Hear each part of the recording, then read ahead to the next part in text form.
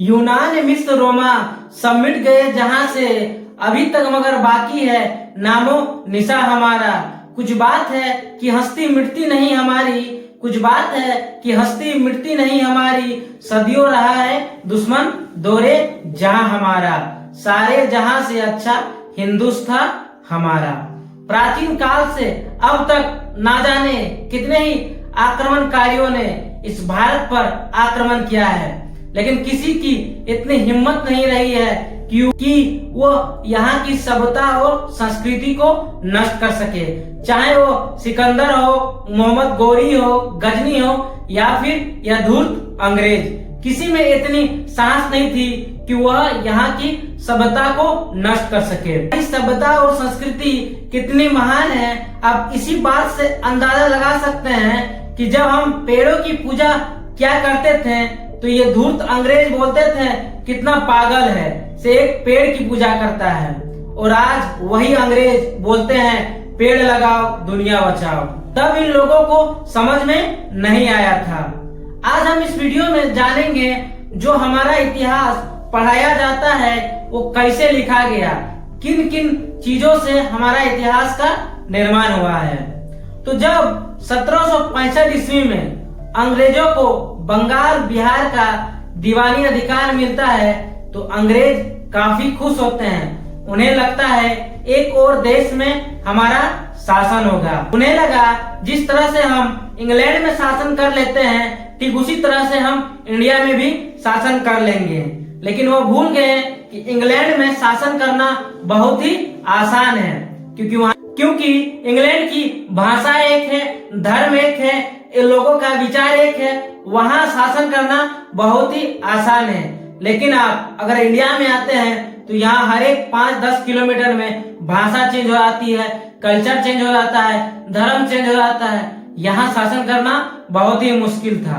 Same कठिनाई अंग्रेजों को भी आने लगी। तो उन्होंने क्या किया, सर्वप्रथम मनुस्मृति को अंग्रेजी में अनुवाद किया, a code of generative law के नाम से। साथ ही साथ वो क्या करते थे, जब किसी हिंदू को न्याय देते थे तो जजों के साथ साथ पंडितों को भी बैठाया करते थे, और एक मुसलमान को न्याय देने के लिए जजों के साथ साथ मौलाना भी बैठा करते थे। 1784 ईस्वी में अंग्रेजों ने एशियाटिक सोसाइटी ऑफ बंगाल की स्थापना की। इसका मेनली काम था सर्वे करना कि यहाँ की सभ्यता संस्कृति कैसी रही है। इसी में एक अंग्रेज अधिकारी थे जिनका नाम था विलियम जॉर्ज। उन्होंने क्या किया, सर्वप्रथम भगवत गीता का अनुवाद अंग्रेजी में किया, और उन्होंने ही जोर देके कहा कि जितने भी यूरोपियन भाषा है वो संस्कृत और फारसी की पारिवारिक भाषा से मिलती जुलती है। जिसके बाद जितने भी यूरोपीय देश थे, चाहे वो फ्रांस हो, रसिया हो, जर्मनी हो, उन्होंने भी यहाँ के संस्कृति को जानने में दिलचस्पी दिखाई।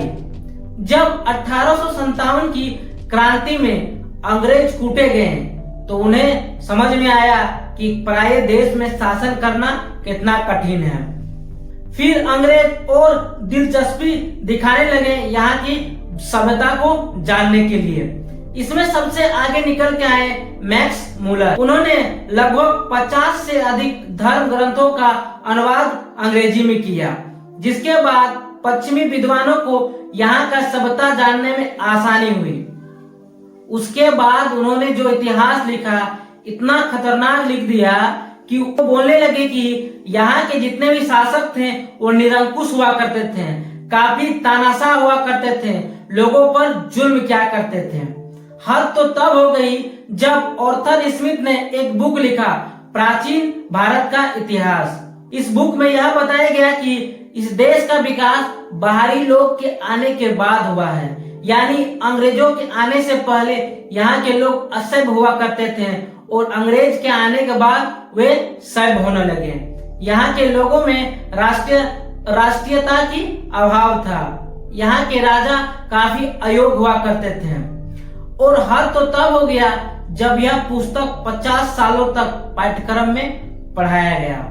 सीधा सीधा बात था कि भारतीय लोगों को राष्ट्रीय भाव से अलग करना, कि तुम्हारे जो शासक राजा हुआ करते थे वो तुम पर कितना जुल्म करते थे, और जैसे अंग्रेज आए तुम्हारे लिए कितने अच्छे अच्छे कार्य कर रहे हैं। ये उनका सबसे बड़ा मकसद था। तब जितने भी भारतीय विद्वान थे उन्हें लगा ये अंग्रेज कर क्या रहे हैं, हमारी सारी संस्कृति को ये नष्ट कर देंगे। फिर उनके सामने दो सबसे बड़ी समस्या थी।